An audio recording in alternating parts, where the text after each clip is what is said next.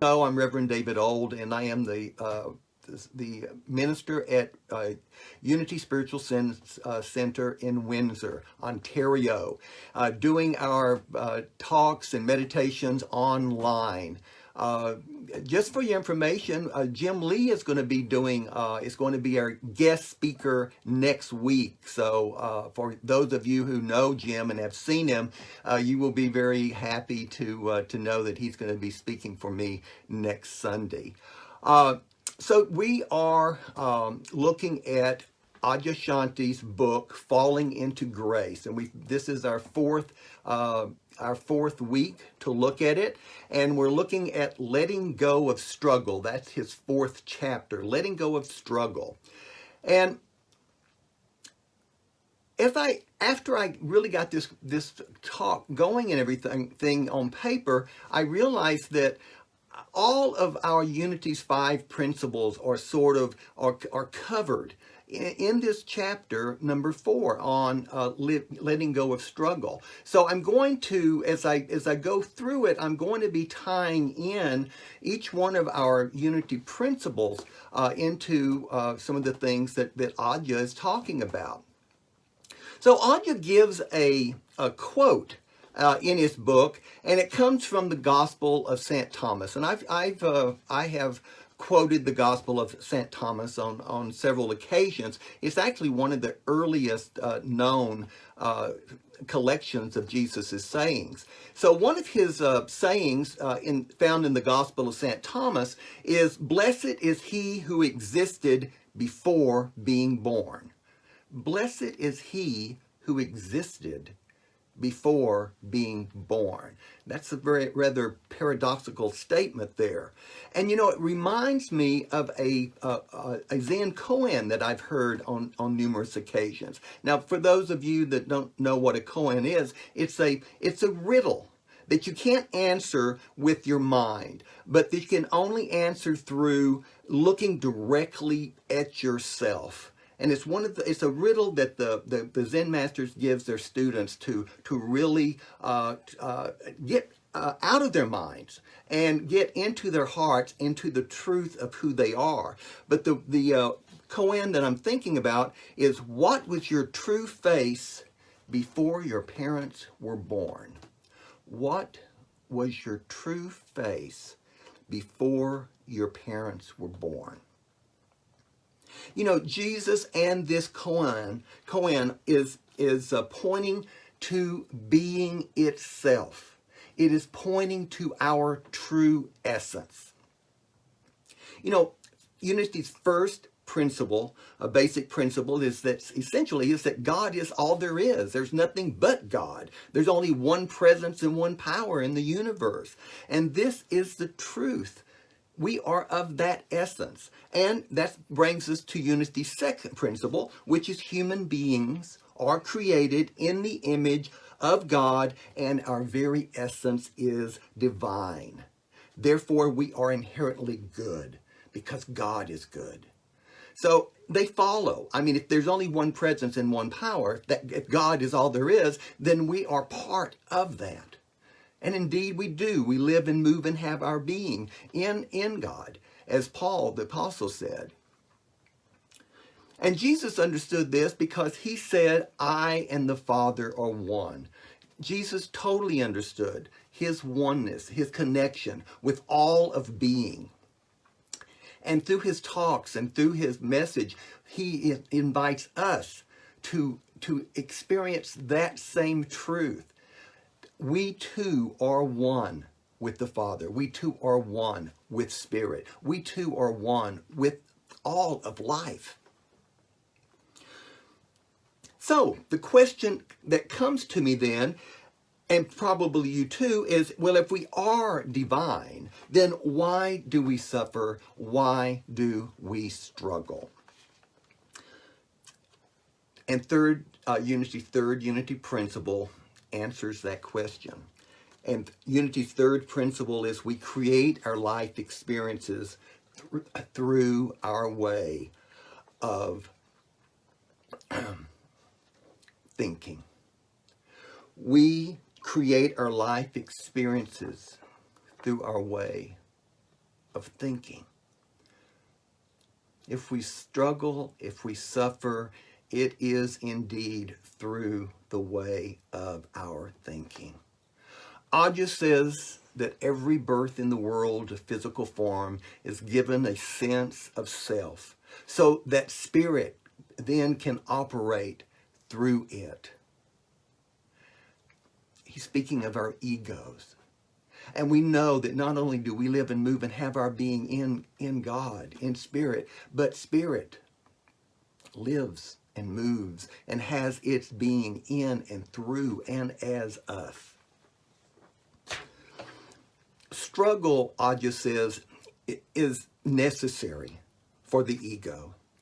It's necessary for it to stay in the state of ego, but it has to struggle. And so he's pointing to the fact that the ego, its natural state, is one of struggle. I mean, if you just look at it, we're always struggling with something. There's always something going on. I mean, whether it's in politics or within our families, there's always this ability to struggle with when we're in relationship with people. And struggle is nothing more than actually fighting what is, or fighting what could be, or fighting what was. It's not being fully present to this now moment and living in this now moment. Because when we're looking into the future and struggling with what might be, or when we look in the past and struggle with what was, we are not being totally present. So struggle is this tension, this feeling of working against something that all of us know what that feels like. And as long as we struggle, it's hard for our consciousness to shift out of that egoic state into our more natural, expansive, and whole state. So Ajah says we struggle because of our mistaken identity. We mistake our egos for the truth of who we are. This ego of ours that we developed over time, we mistake it for the truth of who we are. And that is why we struggle. But our true nature is one of openness. It's one of peace. It's one of love. And all of these are our natural spiritual qualities, and they all reside within us. They are all at the heart of our very being. They are all there that we can tap into at any time. But when we're constantly struggling as an ego, which keeps it front and center, then it makes it hard for us to tap into that truth of who we are. So that brings us, how do we do that? And that brings us to our unity principle number 4, which is our lives can be changed and transformed through the power of prayer. One of my favorite affirmations is 3 words, and that is peace be still. And that is actually an affirmative prayer. Peace be still. When you find yourself in struggling, and when you find yourself suffering, it's not spirit that's doing that. It is our ego that is suffering. It is our ego that is struggling. The peace be still comes from Mark 4:39. And you probably remember the story about how Jesus had been speaking all day, and he decided to take a boat to the other side of the lake, the Sea of Galilee. And as he and his disciples were going across the lake, a storm brewed up. And anyway, the disciples come running to him, and he's asleep. But they come running to him and they say, Master, we're all going to perish. Do something. And so all he does is he says, peace, be still. And with those words, the storm totally calms down.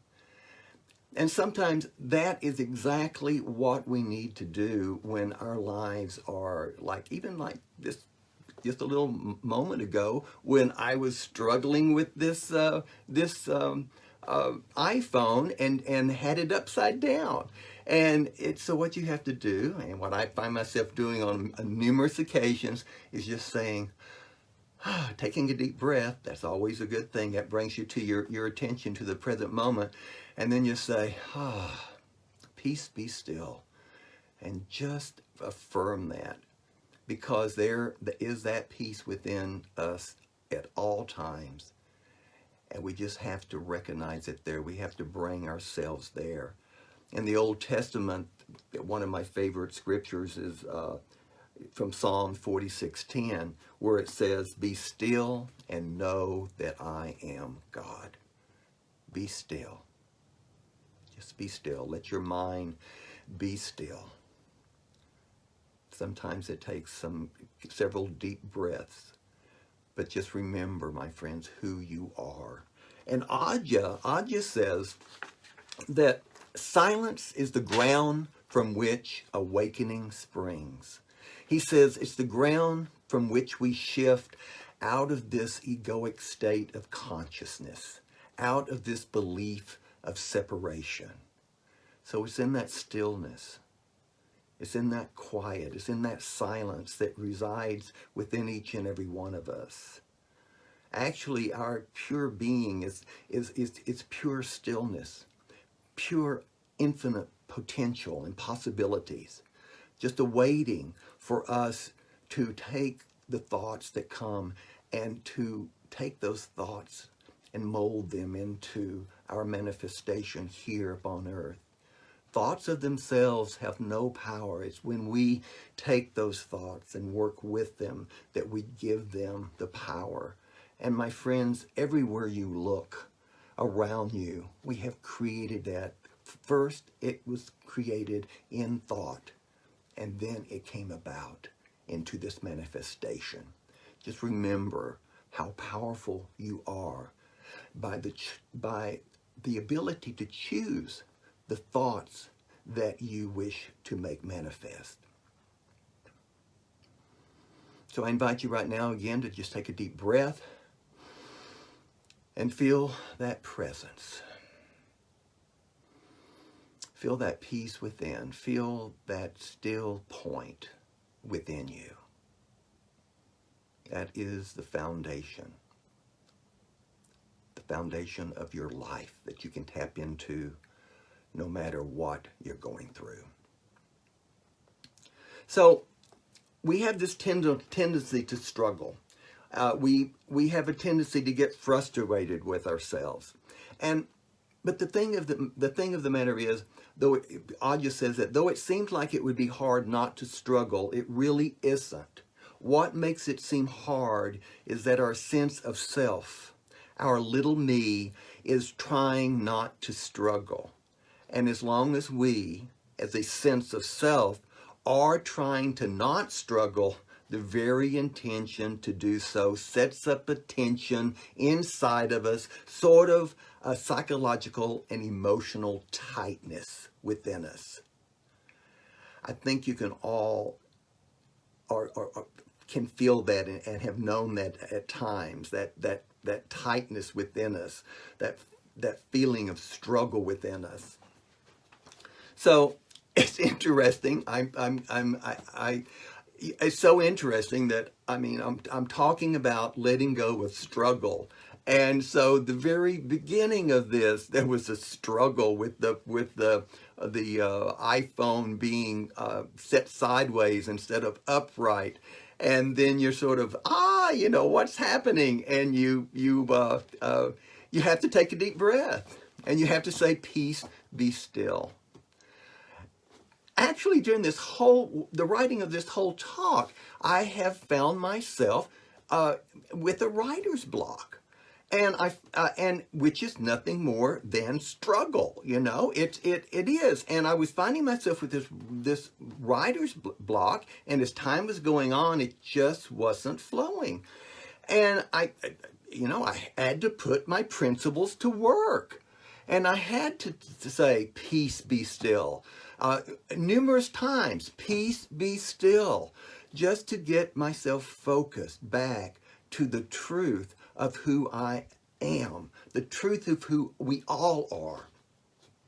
And so as Adya says here, he says, it's, you know, what it is, it's our sense of self. Our little me is what is struggling. And you're not your little me. You're not your ego. You are one with Spirit. You are a divine being. You are created in the image and likeness. You are a spiritual being. But ego has this sense of self within it, and it by struggling, it keeps that sense of self. And what our spiritual teachings teach us, and if you look at all of your different religions, Buddhism, Hinduism, Judaism, there is this sense of turning everything over to Spirit, not to struggle. There is this sense of placing your trust in Spirit. There is this sense, the teaching of having faith in Spirit. There is no need to struggle. If you're struggling, you are living from your egoic sense. And that is not the truth of who you are. So our spiritual path is to always be in touch, in alignment with the truth of who we are. So relaxing and letting go isn't something the ego does. All that is necessary is to notice that peace within you that isn't struggling. There is within you that part, that place within you that is not struggling. And what we are to do is to concentrate on that. What we are to do is to focus on that part within you, that true part within you that is not struggling at all. And we can only do that in this present moment. We can't say, "Oh, it's going to take me. I've got to work on this. I've got to work on this to be at peace." My friends, the peace is not in the future. The peace is here, right now, in this present moment, and that is what we're being asked to constantly remind ourselves of. That any peace is found right here, right now.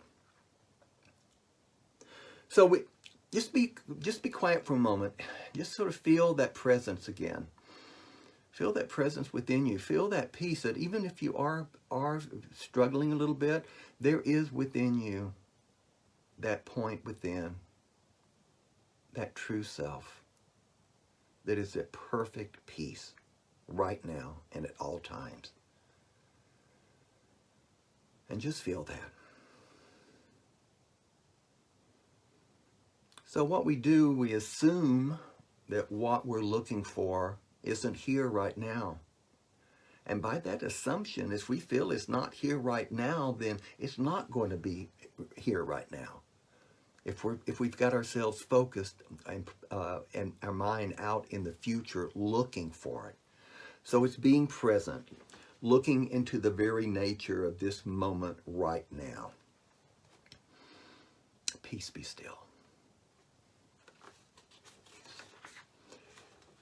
So, to let go of a struggle is to just recognize that peace is here, it's right now. Even if your mind is confused, that peace is right here, it's available. You know, even when you actually touch on that peace, and we all do, I mean, we in our spiritual practice, we are constantly finding that peace and knowing that peace is there and tapping into it. But there's something in the mind that even when you tap into it a little bit, there's something in your mind that says, "Oh no, I have to do this or I have to do that before I'm at peace, or I have to have this question answered, or I have to have that question answered before I can have peace, or I can't have peace until so-and-so has apologized to me." So the mind is not, the mind cannot be present. As Tolle says, the mind is always either working in the past or looking into the future. Your ego mind can never be fully present.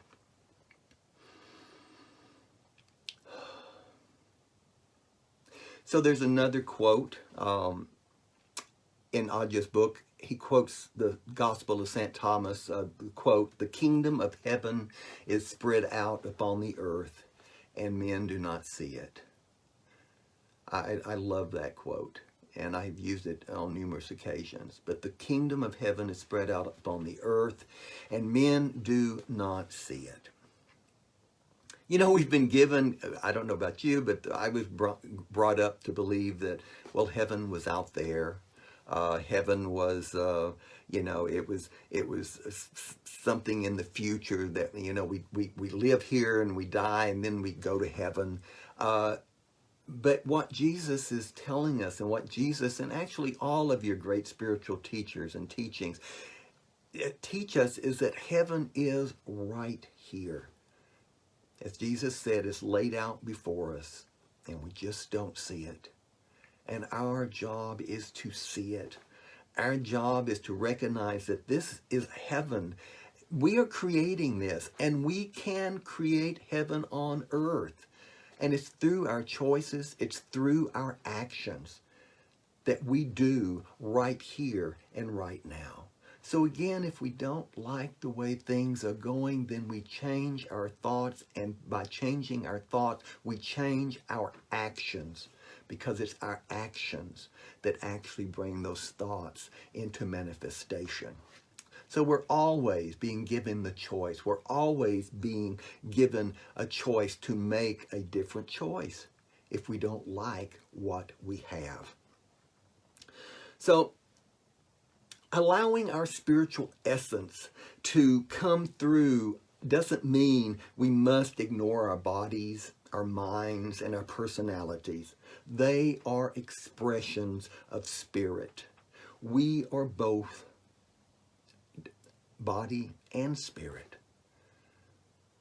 For the longest time, people were trying to find out what Jesus was because of all the changes that he made and brought into the world. And they finally did this big council, and they determined that, what Jesus was he was fully human and fully divine. And my friends, we are fully human and fully divine. These bodies, of ours, are here to experience and create here on earth. But the ultimate truth, of course, is you are a spiritual being having this human experience. So while the ego makes a great servant, it makes a terrible taskmaster. So we're here to turn our life, our minds over to spirit, to follow the guidance of spirit, which is always there for us. Each of us are unique, incredible incarnations on an incredible journey. And your true essence has remained the same throughout this journey. What you really are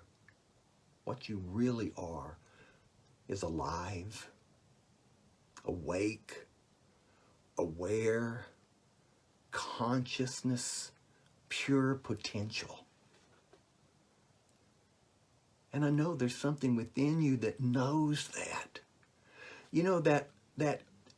That spirit within you, that sense of who you are, that sense of existing, that sense of living, that sense of being aware, is the same sense of being aware that was with you when you were a child, when you were a little boy or a little girl.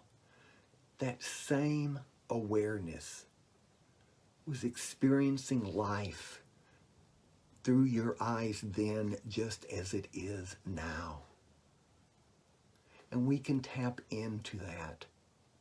We can realize that essence of who we are is unborn, undying, eternal, and it is within each and every one of us. It is our true essence.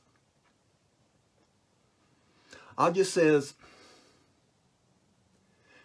your inner spiritual presence is an absolute lover of what is. All of what is. Your spiritual inner presence is an absolute lover of what is. All of what is. What is can only be experienced in this present moment. What is the truth of who you are. What is the moment you are experiencing right now, right here. And it requires a response. You may not like it, but this present moment is here for you. And if you weren't you wouldn't be experiencing it if you weren't necessary for you to experience it. This present moment is our gift. It's an opportunity to, at times it's absolute wonderfully joyous opportunity, and then other times it can be challenging.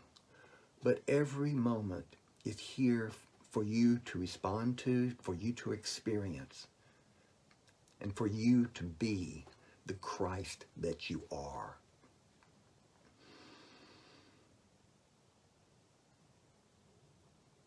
So again, you may not like sometimes what's happening, but it is inviting you. Spirit is inviting you at every moment to remember who you are and to live from that truth. So as we begin to close here, our fifth unity principle is knowing these principles is not enough. We must live the truth we know. Knowing these principles is not enough. Knowing the truth of who we are isn't enough. We have to live the truth. So the homework for this coming week is be mindful of our principles this week, all 5 of them, and live from them. We must live the truth that we know.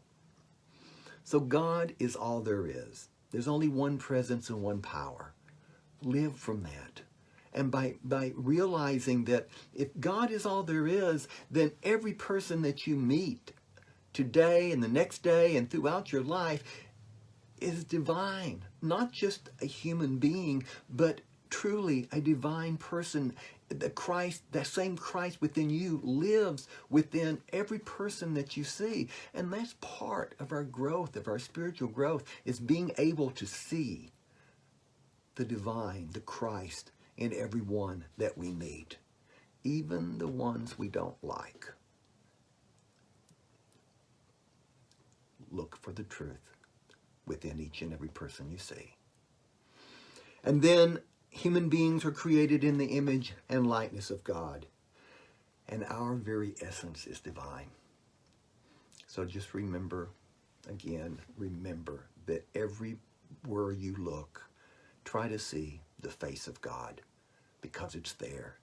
Underneath this personality, underneath this ego, it's there.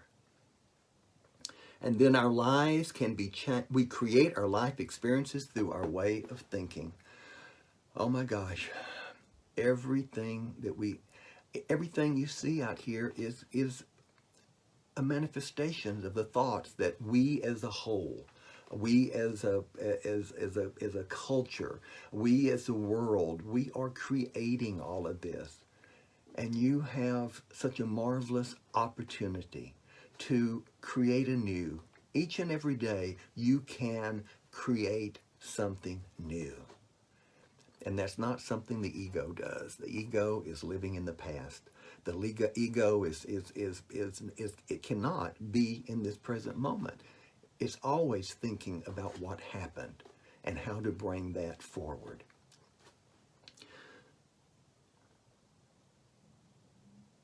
And our lives can be changed and transformed through the power of prayer. That's our 4th principle. And as Adja says, it's tapping into that stillness within each and every one of us. That's that quiet place within. Our founders, Charles and Myrtle Fillmore, every night they would spend hours just practicing the presence.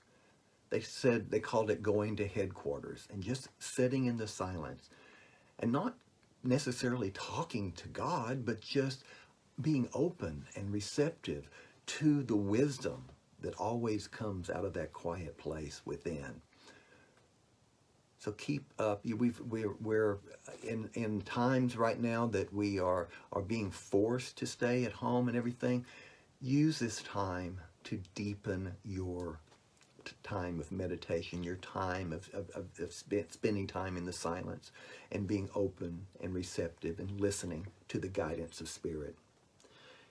And then again, these principles, again, we can't, knowing these principles is not enough. And just remember, we have to live them.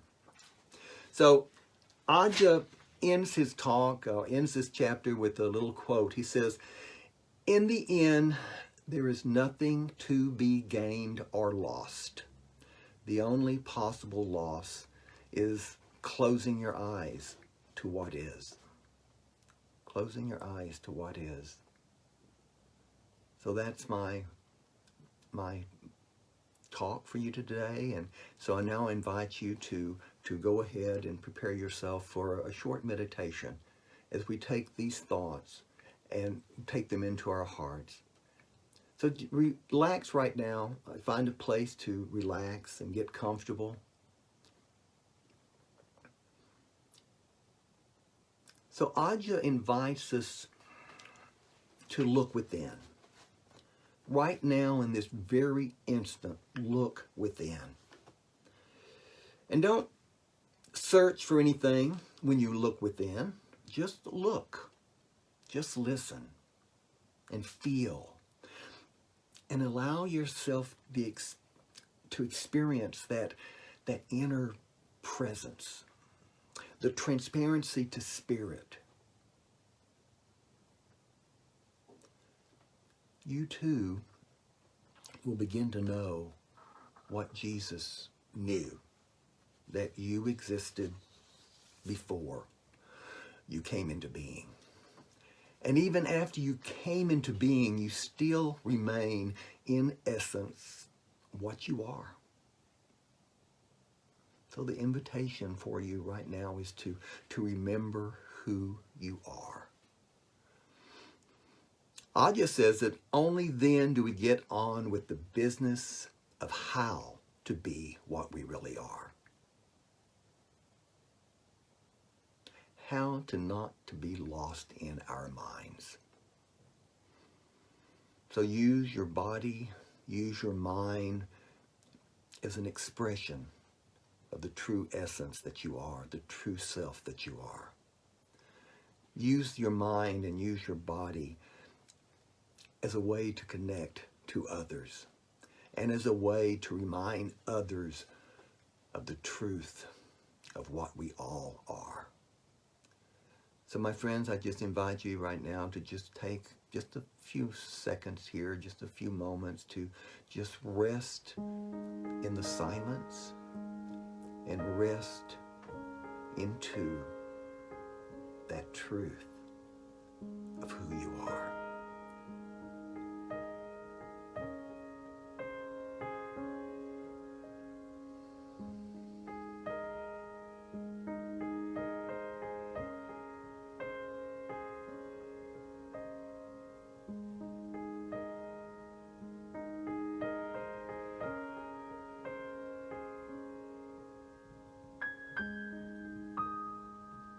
So we feel the presence and we feel a sense of gratitude for that truth, for this truth of who we, each and every one of us, are.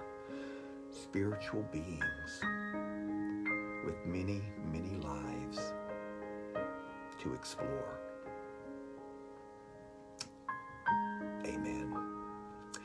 Everyone, thank you very much for coming and being here. I'm just so grateful to have all of you that show up.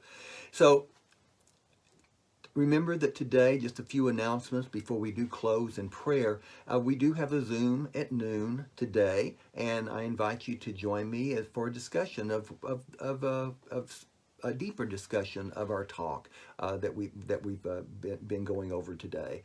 And then remember that next week, Reverend Jim Lee will be our guest speaker, and I'm really looking forward to having him speak for you.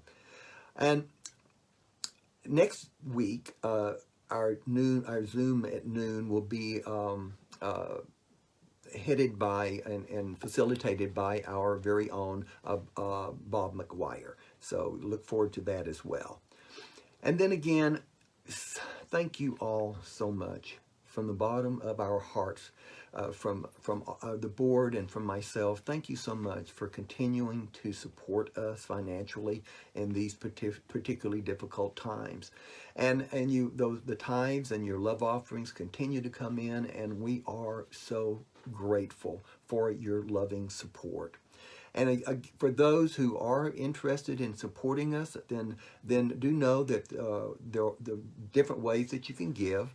If you go to our website, we have a donate button at the very top, and all you have to do is just push it, and it'll take you to Canada Helps, which is a safe, secure way of giving a donation by either a credit card or a debit card. And then we also have e-transfers that are accepted, and that's through unitycenterwindsor@gmail.com. We also are accepting PayPal, and you can always mail in a check. We do have someone checking our mailbox every week. Again, all that information is found on our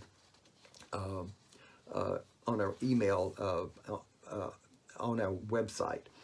And we do, just to remind you, we do post all of these talks. We do post them both on our Unity Windsor YouTube channel and at our Unity Spiritual Center of Windsor website. They're all posted within a few days. And then also we post them on our Facebook page.